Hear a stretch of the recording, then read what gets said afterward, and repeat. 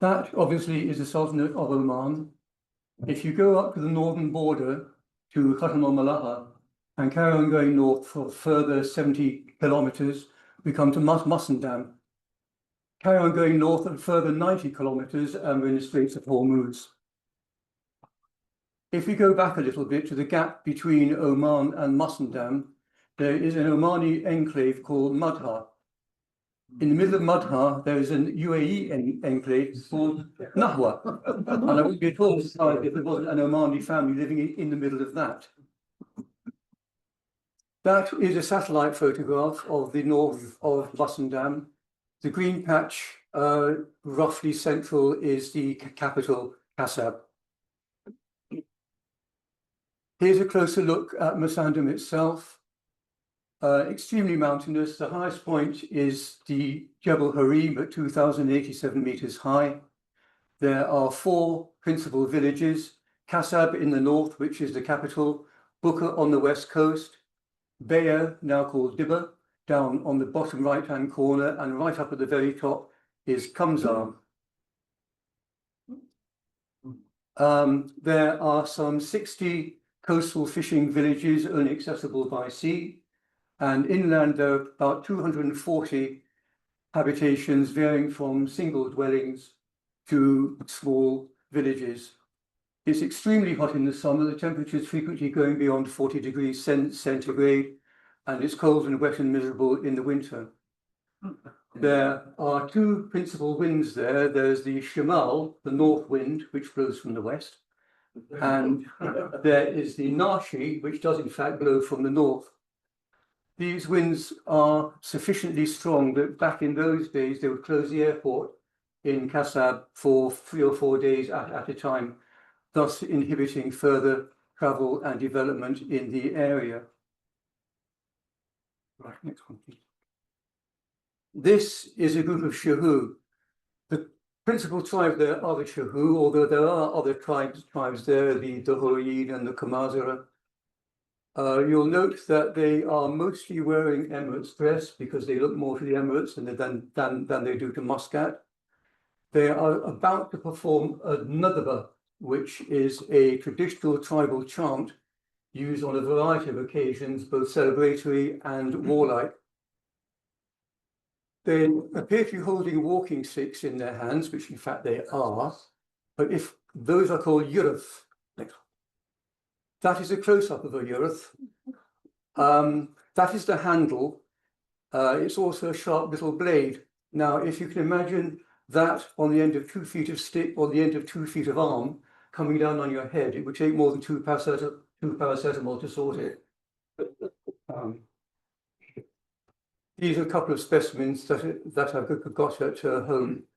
They also carry secreted within their robes a little knife called a beg, which is for getting up close and personal. The Portuguese were there in the 17th century and they built this fort in Kasab. The next people to turn up on the scene were the British, who were laying a submarine telegraph cable from Bombay to Basra, and they stopped off at Jazirat al-Maqlab, known to us as Telegraph Island, there in the center of the picture there, and you can just see Kasab there on the left. They put it into Khor Shum, better known to us as the Elphinstone Inlet, named after the governor of Bombay in the 19th century. That is it when it was first built in 1865. It's about the size of 2 football pitches. There were about 40 men stationed there as a repeater station for the cable. Conditions there were extremely difficult, very hot. They were surrounded by hostile Shahu to the extent that they had to have a gunboat permanently in situ. There was a high degree of mental illness there. It was only maintained for 3 or 4 years before it was withdrawn. And because of the angle to get round into it with a bend, it is supposed to be where we get the saying from, to go round the bend. This is Telegraph Island now. It's a popular snorkeling spot. This is a Royal Navy survey ship. HMS Ormond. That turned up in Kasab Bay in early 1930 with a view to charting the coastal waters. Before they could step ashore, a group of Shahu turned up and said, look, this is our land, go away. If you step ashore, we'll kill you. So there was a standoff. Bertram Thomas, seen standing here with the Wali of Mutra at the time, he was the chief advisor to the Sultan in Muscat. He got into his launch, the Saidi, and he trundled round the top, right the way around into Khor Kasab, and he was joined by two Royal Navy sloops, HMS Lupin and HMS Cyclamen. The standoff continued for some time. The Sheikh in Kasab wasn't having anything to do with it. That was Sheikh Hassan Mohammed. And so eventually patience ran out and the two ships commenced their bombardment of Kasab on the 20th of April 1930 at 10 o'clock in the morning, inflicting considerable physical damage. But due to the nature of the bombardment, there were no civilian casualties. Job done. They then sailed away to dispense more hearts and minds elsewhere. Some 30 years later, a rebellion broke out in Dhofar. This rapidly turned into a communist insurgency, whose aim was to roll up Oman and the Arabian Gulf, thus threatening the Straits of Hormuz. The British government sat up and took notice and instigated Operation Introdon. This was an SAS operation initially supported by the Special Boat Service, the Crucial Oman Scouts and the Royal Air Force. It consisted of a night free-fall parachute insertion into Rauda Bowl, which you can see roughly in the center of the picture there, a sea landing south of Buka on the western coast, and helicopter insertions onto Sea Plateau in the center. Having secured the country, they effectively annexed it, much to the disquiet of the local population. Sultan Qaboos sent a governor up to Kasab, and that was job done. In Rauda Bowl, there is a little monument, and people look at that and they say, you don't put 4 in front of RIP. That is because that's not the point of it. There was a fatality in that parachute jump. Lance Corporal Paul had his parachute malfunctioned and he piled in. His nickname was Rip, hence the caption there. He and I were on the same freefall course 2 years previously. This is an aerial photograph of Kasab taken the other way around. North is to the right. The sea that you can see there has now been completely reclaimed. That area of Wadi that you can see there is completely built up.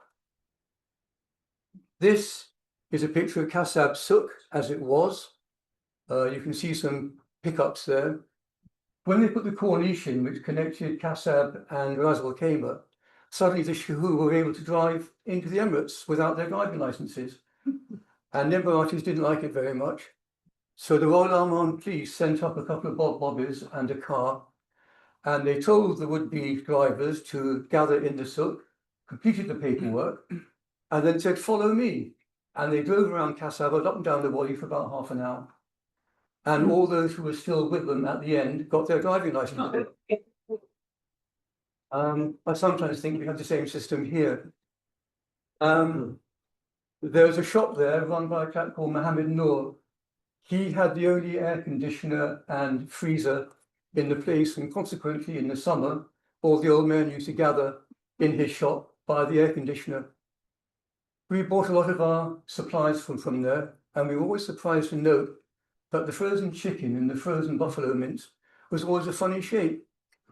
And it took me 2 years to discover that what Mohammed was doing, he was turning off the freezer at night to save that and partially defrost, and then he'd turn it on again in the morning. But we all lived. That is the fish souk, as was. These are some examples of dwellings which no longer exist. Okay. This is how you build a house. You get your camel, you load it up with the rocks, You take it to where you want to be, you kneel on it and build a wall. I thought it was all rather good.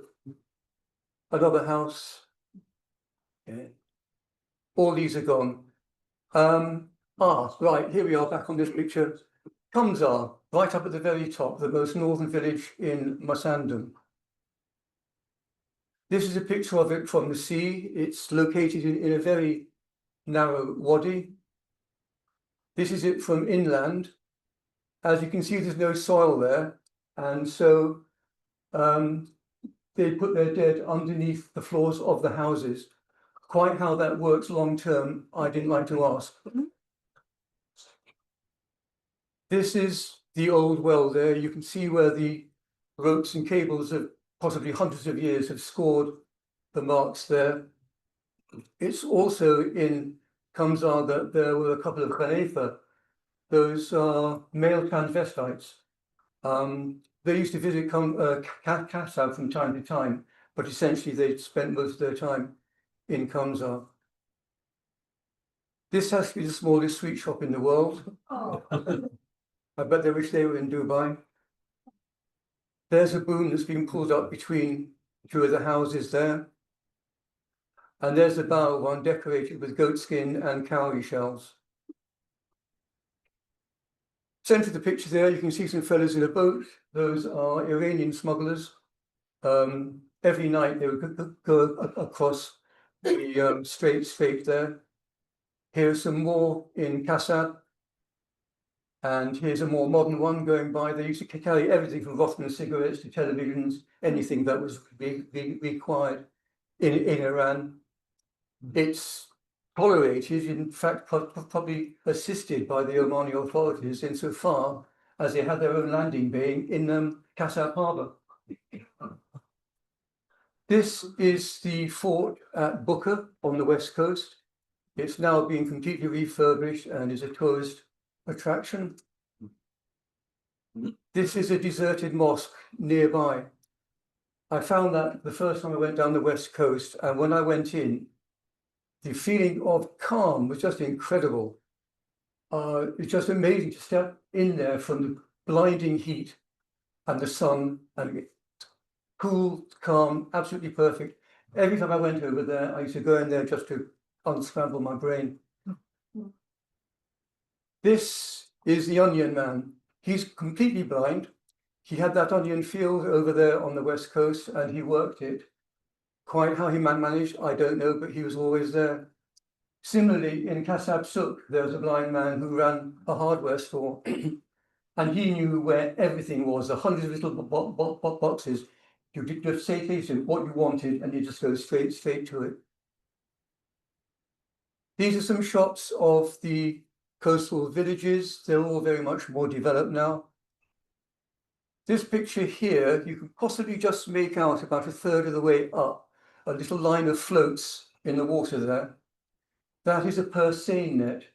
One of the methods of fishing there was to have a great big, enormously long net, attach one end to the shore, take the other end by boat, describe a great big arc into the bay, bring both ends in, and then pull the nets in. Another one. That is my chum, Ali Khamisa Shahi. He worked for the water department. He had a promising career ahead of him in the Omani parachute regiment until his parents said, come back home and do some work. But that spoiled that. Left a picture there, right on the very edge, you can see a big water tank. All the coastal villages had water tanks, which we supplied by tanker ship. We had 3 of those. Each was able to carry 75 tons of water. The third one carried diesel for the desalination plant at Kamzar and the other one further down the coast. Because of the lack of development in the area, because the Shahu looked more towards the Emirates than they did to Muscat, Sultan Qaboos formed the Musandam Development Committee. It consisted of Hamoud al-Hadi, who was the head of electricity and water, and the undersecretaries of the following ministries.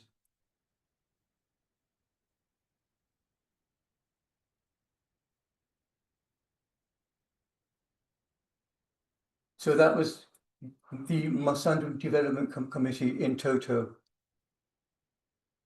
The company, the company that was used to do the actual development work was an American company called Tech International. The president and founder was a chap called Jim Critchfield, who was a former member of the CIA, a senior member. In fact, post-Second World War, he ran the double agent Reinhard Gehlen, who some of you may remember. All of the senior staff were CIA, and they had a very American way of doing things. We won't go down that road just now. Yes, please. In January 1980, I was appointed Director of Operations of the MDC. I was responsible for the supervision and coordination of the major infrastructure projects. In order to do this, I had to liaise very closely with the Ministry of the Interior in the form of the Governor of Musandam, Sayyid Sultan Hamad Halal As-Samar al-Busaidi. Now, this awful selfie here, I took that the first time I went up Jebel Harim, and I've included it to remind me to tell you that when I first went to Musandam, I didn't know anything at all about the place. I didn't know anything about the culture, the people, nothing. So I decided to carry out a demographic survey along the lines of the one that I'd already done in Dhofar. But there are significant differences. Dhofar, the Jebel Dhofar, is more of a flat plain with deep wadis and very fertile soil, and I knew the people. Musandam, very rocky, very little soil, and I didn't know the people. This is the sort of country that I was walking in. I used to walk up about 3,000 feet to a village, see who was there, count the number of people, all that kind of thing. You can see the fields there. That's called a wab. It's a postage stamp cultivation. They grow mainly barley and wheat and a few vegetables. There's another nice one there. That's Sultan. Sometimes on some of these trips, if they were too far away, I'd have to go out for 3 or 4 days, in which case I carried everything that I needed, including 50 pounds of water, 5 gallons of water, because I never knew if there was going to be anybody on the top when I got there. This is a very old building in the Wadi LB. That's my wife Maggie sitting there to give some idea of the size of the stones. And whoever put those there didn't have a JCB. Here we are back on top of Jebel Harim.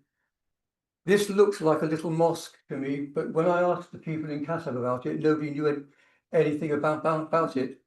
And that area now is out of bounds because the amount of military hardware that's been placed up there. That is a Beit al-Kufl in Raudabul, called Beit al-Kufl, the house of the lock, because it had a very complicated lock system for when the people moved out. They're dug into the ground about a meter deep. Here's a typical lonely house. It was in one of these places that I committed probably one of the worst solecisms of my entire career. When I got up there, and there were no men, of course, because they were all in the Emirates, but there were 4 women and a lot of children. And I introduced myself. I told them what I was doing. And so they invited me in, sat me down, made me comfortable. And then one of them produced a little aluminium tray with some hoops and dates and bits and bobs and a jug of water, which was very welcome. So I ate my fill and I indicated that I had enough, so she took it away. Then the second woman stepped forward with an almost identical tray. So I thought, I don't really need this, but never mind, crack it. So I did my best with that, and I'm sure you can see where this is going. Yeah. And then the third woman stepped forward. So I really didn't want it anymore. So I messed around with it a bit, thank you. Then the fourth one stepped forward. I said, no, sorry, please, no, sorry, I'm absolutely stopped. And no sooner had I said it then I realised what I'd done. I'd humiliated the junior wife. And in that kind of environment, they'll probably talk about that for the next 100 years. Yeah. And she's probably still sticking pins in an effigy of me to this day.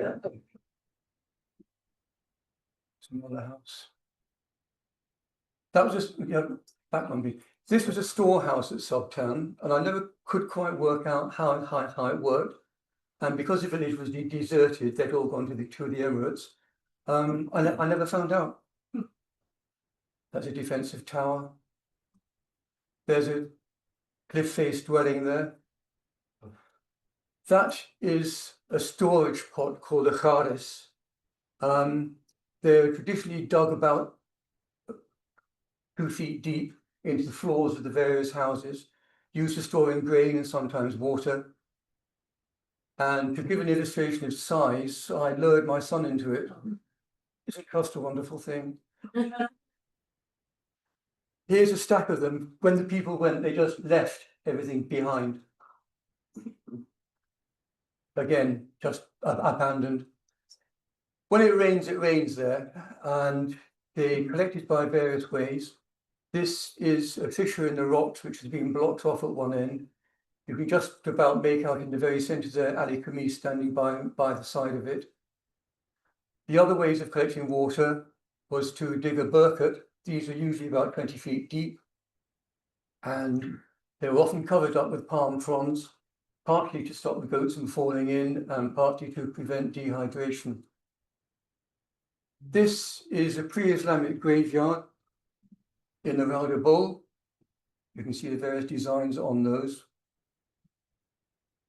I'm not quite sure that's supposed to be a smiley face, but it certainly looks like it. That appears to be a man with a spear and shield.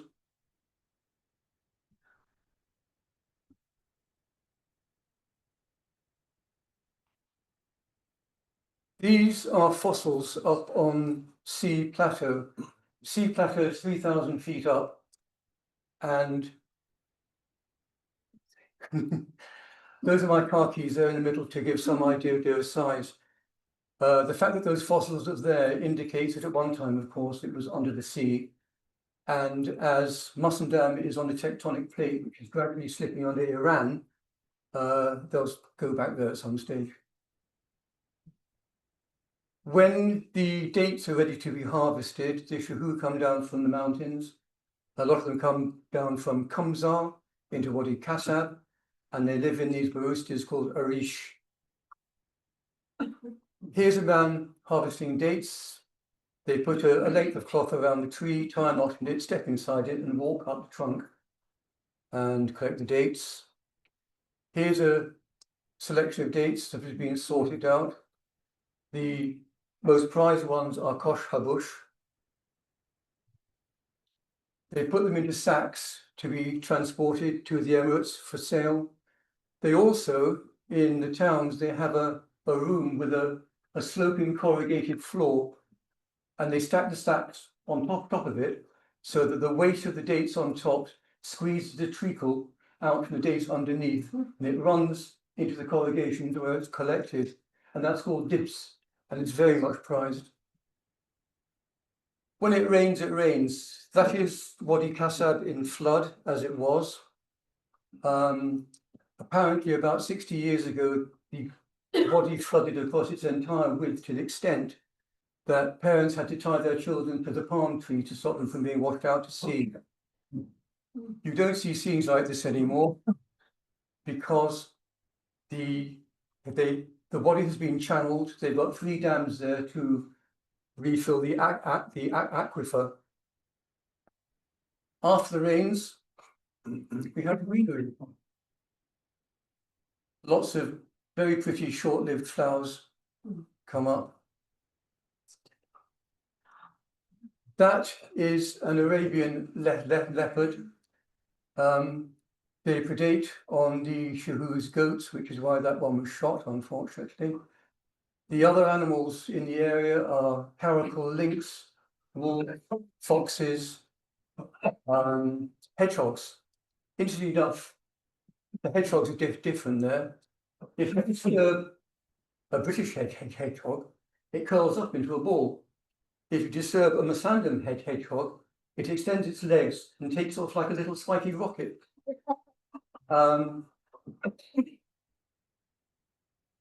Oman is leading the way in Arabia for leopard conservation, led by Hadi al-Hikmani and Andrew Sultan, who've written a very good book about it. On one occasion, I decided to go up to a plateau called Al-Yemet to visit a village called Tafal-Karha. And it was a cold, wet, miserable day. And when I got there, expecting refreshment, of course, the people had all moved out. And so I thought, right, I'm cold and wet and tired, I shall brew up. So I was looking for a place along the buildings to buy my hexagon cooker, and it stank like the lion house at Whipsney. And I thought, if I'm cold and wet and hungry, any leopard up here are likely to be the same. So I'd better not be here. So I scuttled off and got down the hill with great relief. All the animals in Musandam are hungry. It's a very sparse, harsh environment, and the goats mainly lived off cement bags, which were scattered all around the wadi with the amount of development going on there at that time. As an experiment, I offered this one a box of tissues, and it got all the lot. It just put its hoof on it, it just ate the whole lot. This is Bingo. Bingo used to visit us every day, and so Maggie used to go out and give her its 5 a day. This is the origin of chicken in the basket. As you can see, there are 2 baskets there, each containing 3 or 4 birds. And if you do that, you protect them from the foxes. The Shu absolutely hate the foxes, and they trap them by a variety of different ways. That is a fox trap.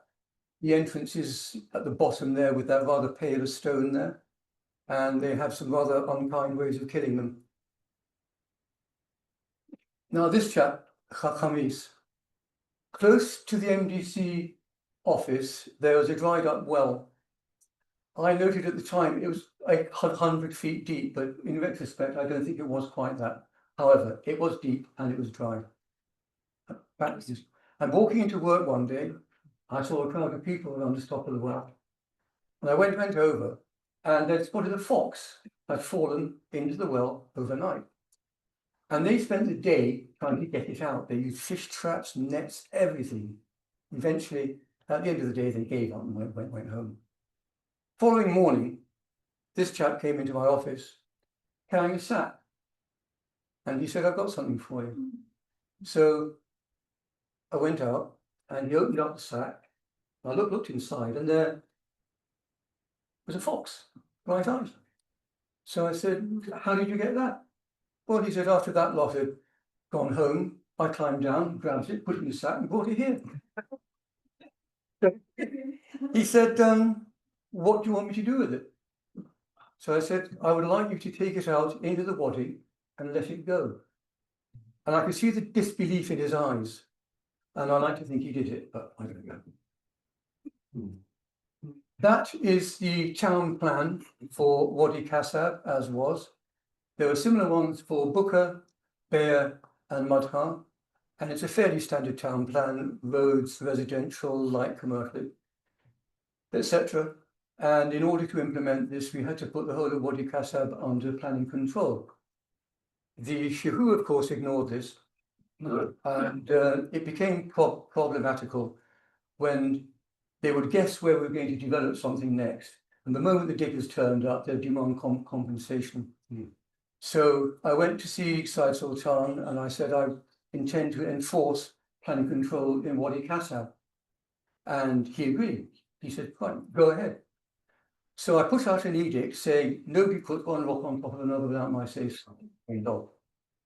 And all was quiet for a while. And a couple of weeks later, Khadam, my Farash, my sweeper come coffee maker extraordinaire, came to me and said, Mr. Peter, can I have tomorrow morning off? I said, yes, of course. I had curiosity, why? I said, I have to attend a meeting. I'm like, okay. Well, the following morning, I was sitting at my desk and the phone rang, and it was the governor. He'd never phoned me before. And he said, can you come and see me now? Right, okay. So I got into my Toyota and I trundled down the road. And as I approached the village, I was confronted by a great mob of Shehu in high spirits, skipping and dancing. And there at their front was Kadam, who recognized me and gave me a cheery wave. And I carried on round to the Portuguese fort where the governor had his office. And the first thing I noticed was that there were no askers around the front door. So I went in, turned left, up the stairs along the parapet, and I saw the governor rather sooner than I was expecting to, largely because all his windows had been broken. And I went in, sat next to me on the settee, who was clearly agitated, and I said, "What's happened?" He said, "Those who?" He said, "They've duffed me up." So I said, "Why?" He said, "Well, you know that edict you put out?" And I said, "Yeah." He said, "Well, they're blaming me." So I said, "Why didn't your askers protect you?"